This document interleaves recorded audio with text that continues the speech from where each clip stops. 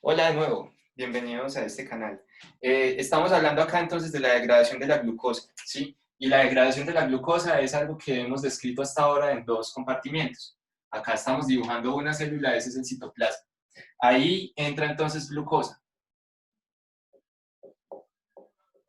A esa glucosa le pasan una serie de procesos que básicamente hacen que se vuelva un carbohidrato que está fosforilado por dos lados, que es la fructosa 1,6-bifosfato. Listo, aparece la fructosa 1,6-bifosfato.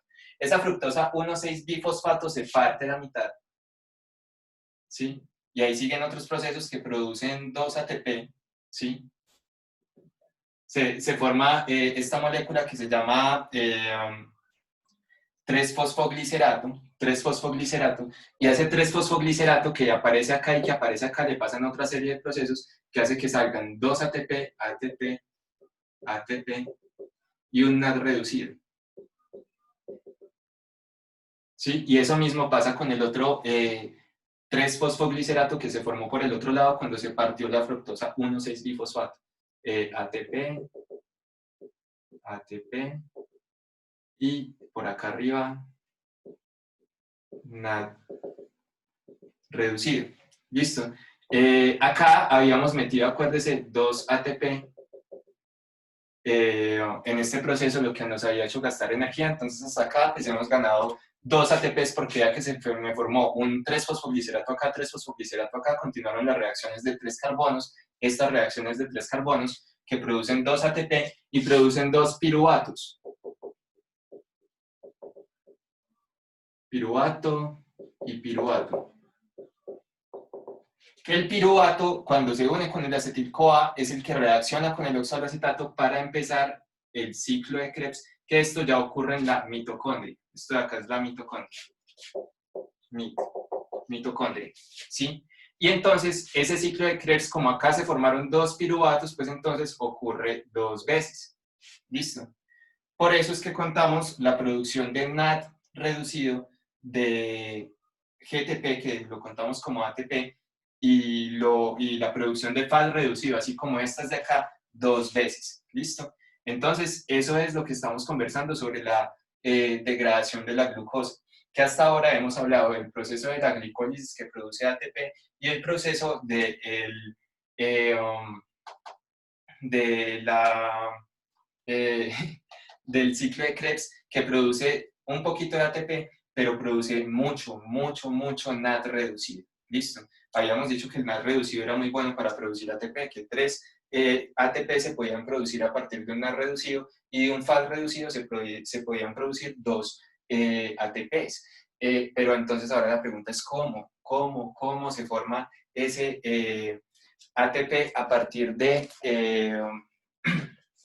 NAD reducido y del FAD reducido? Pues bueno, vamos a ver. Habíamos visto entonces unas reacciones en las cuales el fosfato se transfería a el ATP desde otro ADP o desde una molécula que estaba bastante activada. O mejor dicho, el fosfato se transfería al ATP desde una molécula orgánica que tenía un fosfato. Y ese fosfato estaba ahí con un enlace de alta energía. Eso entonces cuando se transfiere pues forma un proceso que se conoce como la fosforilación a nivel del sustrato. ¿Sí? Cuando un sustrato le pasa fosfato al ADP, entonces eso es fosforilación a nivel del sustrato. Pero acá no. Acá entonces para sacar ese ATP del NAD reducido pues vamos a tener dos procesos. ¿Listo? Uno que es el de la cadena transportadora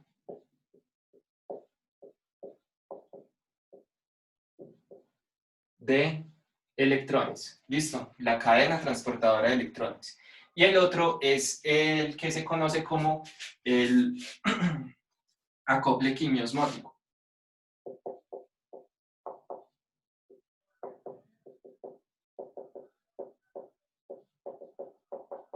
¿Listo? Entonces, vamos a asociar, acuérdense, la función con la estructura. Entonces, acá tenemos una mitocondria, ¿sí?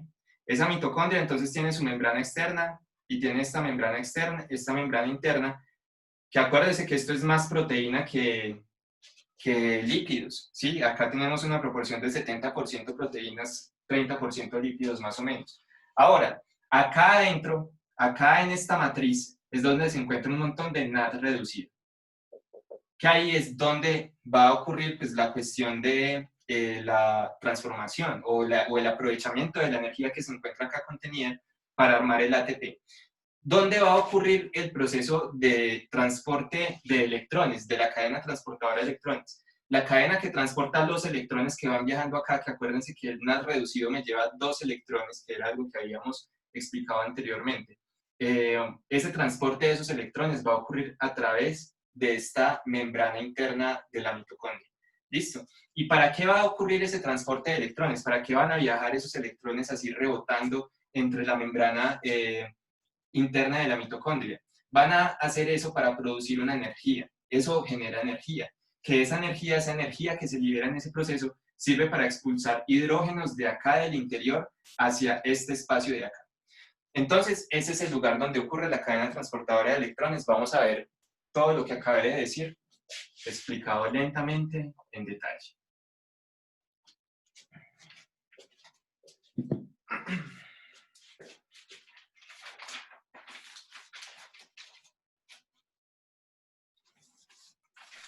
Esta forma de escribir tan rara. Bueno, vamos a hacer una magnificación entonces de este pedacito de acá, ¿sí? De este pedazo de acá. Vamos a magnificarlo y vamos a hacer un dibujo más grande de él. Entonces ahora vamos a quedar con este dibujo de acá. Esto de acá es la membrana de la parte externa de la mitocondria, la membrana externa. Y esto de acá es la membrana interna, ¿sí? Eso significa entonces que acá va a estar la matriz, acá va a estar el espacio intermembrana,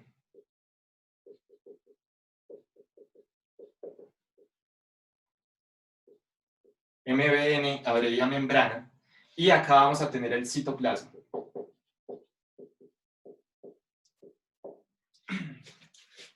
¿Qué es lo que vamos a encontrar a continuación? Acá en este lado es donde vamos a encontrar esta mezcla heterogénea de NAD reducido y de FAD reducido. Va a estar acá en esta parte, ¿listo? A eso es que tenemos que sacarle ahora la energía. Entonces, lo primero que vamos a encontrar acá es un conjunto de más o menos 30 proteínas que se encuentran acá dentro de esta matriz interna, y a esto le vamos a llamar el complejo 1. Complejo 1, ¿sí? El complejo 1 entonces está formado por una NAD deshidrogenasa. Esa NAD deshidrogenasa, entonces lo que hace es que toma el NAD que está reducido y lo oxida, lo vuelve NAD oxidado. Ese NAD reducido pues llevaba 2 electrones y cuando los libera, pues entonces esos electrones empiezan a viajar por acá y aquí van viajando 2 electrones. Listo, ahí van viajando esos 2 electrones. ¿Qué es lo que ocurre con eso? Eso genera como una corriente. Listo. Y esa corriente genera energía que aprovecha el complejo 1. ¿Qué hace el complejo 1 con esa energía? Toma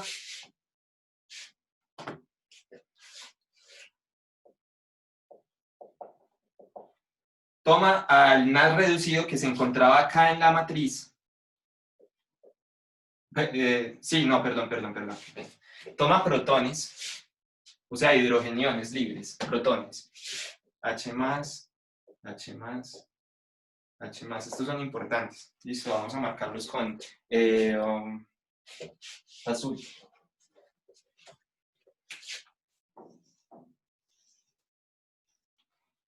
Y el complejo 1 entonces las expulsa. Y hace que esos protones lleguen entonces hacia este lado de acá.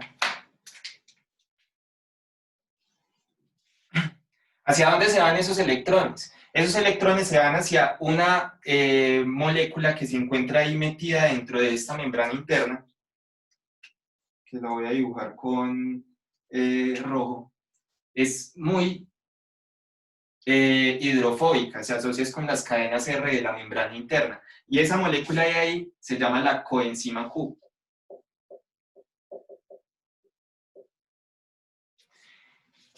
Esa coenzima Q Entonces, lo que hace es que toma a los electrones,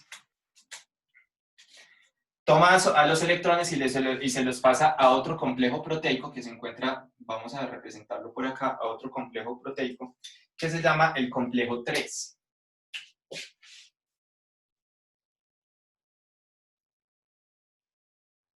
El complejo 3. El complejo 3 entonces lo que hace es que recibe esa corriente que le generan esos electrones que van viajando por ahí, esos dos electrones que van viajando por ahí, 2E menos, siguen viajando por ahí, y eso entonces le da la coenzima al complejo 3. ¿Y qué hace el complejo 3 con eso? Con esa energía toma otro protón, toma más protones, y los expulsa hacia el espacio intermembrana.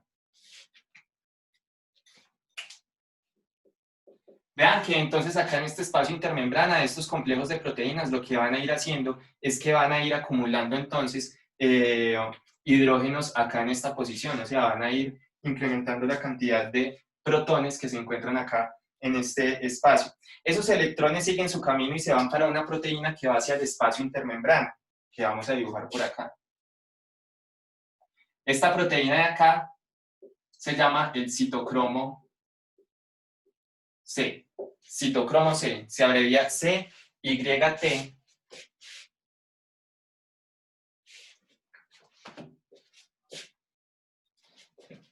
Citocromo C. El citocromo C entonces lo que hace es que recibe estos electrones que se salen de la membrana y van viajando ahí, generando esa energía que lo que hace es impulsar entonces a estas proteínas para que tomen a estos protones y los expulsen hacia el espacio intermembrana. De ahí entonces esto sigue hacia otra proteína, hacia otro complejo de varias proteínas, que este de acá se va a llamar el complejo 4. ¿Sí?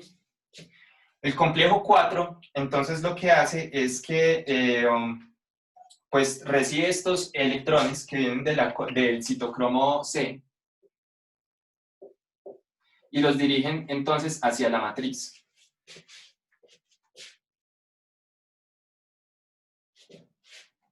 Vamos a ponerle a este el nombre por acá arriba mejor, coenzima Q. Y entonces estos electrones vuelven de nuevo hacia la matriz mitocondrial. Cuando vuelven hacia la matriz mitocondrial, pues entonces esa corriente que generan los electrones cuando van fluyendo hacia ahí es utilizada para expulsar más hidrógeno hacia acá, afuera, hacia el espacio intermembrana de la mitocondria.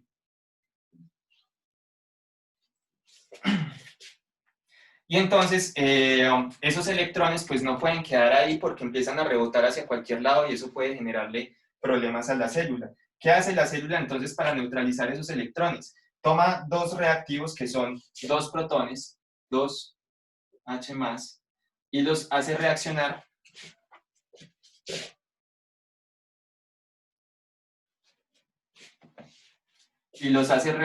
con un medio de oxígeno gaseoso, lo cual hace que esta reacción me genere H2O agua, ¿listo? Que es uno de los subproductos. Vimos la salida de 3 carbonos en forma de dióxido de carbono por cada piruvato que entraba al ciclo de Krebs. Eso me significa entonces 6 dióxidos de carbono que me salen de una glucosa. Y ahora tenemos la formación de agua en este proceso metabólico también, pues característico de esto. Entonces, moraleja de todo este proceso. Acá quedan muchos hidrógenos, acá quedan menos hidrógenos. Acá el pH va a ser como de 7, hay más hidrógenos. Acá hay más o menos 10 veces menos hidrógenos, lo cual hace que el pH sea de 8. Acá el pH es aproximadamente igual a 7, como en el citoplasma, y acá el pH es aproximadamente igual a 8, más básico, porque tiene menos protones, porque las bombas de hidrógeno, la 1, la 3 y la 4, se encargaron de transportar estos protones hacia afuera gracias a los electrones que le entregó el NAT reducido, que de ahí es que salió la energía para todo esto, de ese flujo de electrones, para poder bombear esos protones. ¿Que el FAD reducido qué? El FAD reducido también entra, pero por el complejo número 2. En vez de entrar por el complejo 1, el FAT reducido entra por el complejo 2.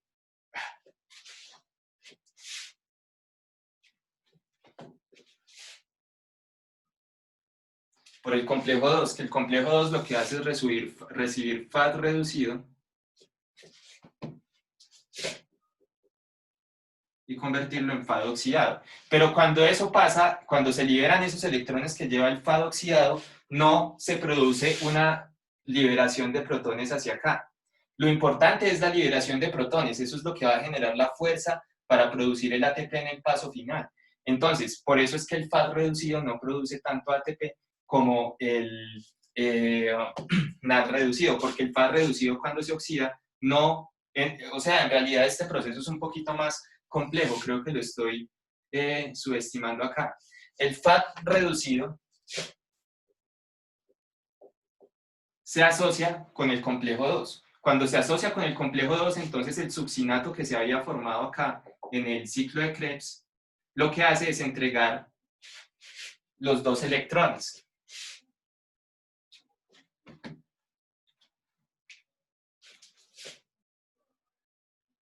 Cuando eso pasa, entonces el FAT reducido se oxida y los dos electrones entonces empiezan a correr dentro de la cadena de transportadores, pero acá el complejo 2 no me va a producir más movimiento de hidrógenos hacia el espacio intermembrana. Entonces, ¿para qué necesitamos que se nos acumulen tantos hidrógenos acá? ¿Para qué necesitamos este pH un poquito más ácido acá que acá en la matriz? Para lo siguiente. Olvidémonos de todo esto, olvidémonos de todos estos cadenas transportadoras de electrones. Incluso borramos todo esto, pues.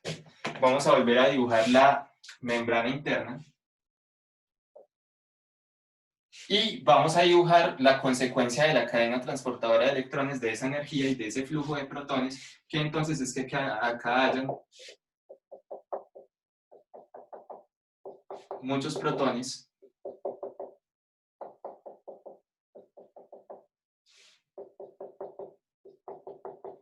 y acá adentro poquitos.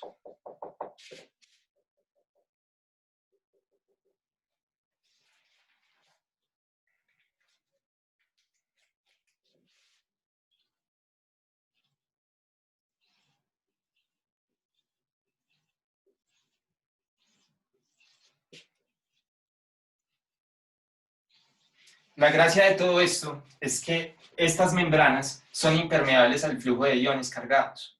Entonces, estos protones están aislados. Cuando se aíslan esos protones y se generan esos gradientes de pH, entonces pasan dos cosas. Se forma un gradiente químico causado por las diferencias de concentración y se forma un gradiente eléctrico causado por las diferencias de carga. Debido a que como estos son cargas, partículas cargadas, pues entonces este ambiente es más positivo y este ambiente de acá es más negativo, lo que genera un voltaje. ¿Listo? Entonces, esto de acá genera una diferencia de cargas ahí en los dos ambientes que genera un gradiente electroquímico. Ese gradiente electroquímico es el que se utiliza para generar fuerza que provoca la síntesis de ATP. ¿Cómo es esa cuestión?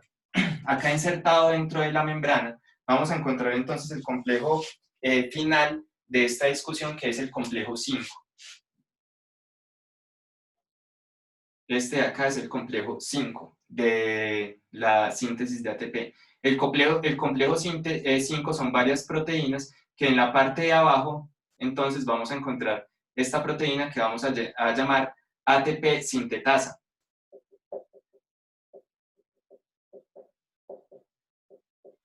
La ATP sintetasa, entonces, lo que va a hacer es aprovechar lo siguiente. Esto de acá es el canal, y es el único canal por el cual puede circular el hidrógeno desde afuera hacia adentro. Es el único lugar por donde los protones pueden pasar desde el ambiente del espacio intermembrana hacia el espacio interior. Esta parte del complejo 5, la que se encuentra entre la membrana, imagínenselo como si fuera la turbina de una presa, es como si fuera una hélice. ¿Listo? Entonces, por acá, cuando pasan estos hidrógenos hacia adentro, es como si el agua fluyera a través de un tubo que va hacia una turbina de esas eléctricas. que cuando gira, pues produce energía. Esa energía entonces es la que aprovecha la ATP sintetasa para tomar ADP y fosforilarlo y producir ATP en cantidades industriales como lo necesita la célula eucariota. Y eso de ahí es lo que se conoce como acople quimiosmótico. Acople quimiosmótico porque se genera una diferencia osmótica que se resuelve pues porque el hidrógeno quiere ingresar hacia el interior de la matriz mitocondrial. Y cuando eso ocurre, pues se genera esa fuerza que promueve la actividad del complejo 5 que produce ATP. ¿Listo?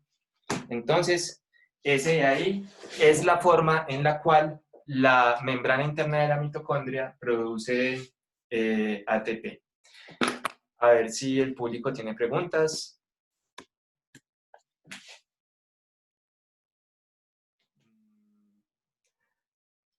Y como no hay preguntas, entonces, pues bueno, este fue otro video de este canal. No olvide hacerme saber que esto le gusta, yo que para seguir motivado subiendo todos estos videos. Y pues bueno, comenten donde quieran para poder mejorar el contenido de esto. A mis estudiantes, pues comenten por las plataformas de la universidad. A cualquier espectador, pues agradecemos sus comentarios, preguntas o observaciones o correcciones sobre algún error también, si los ponen ahí en los comentarios de YouTube. Muchas gracias y hasta pronto.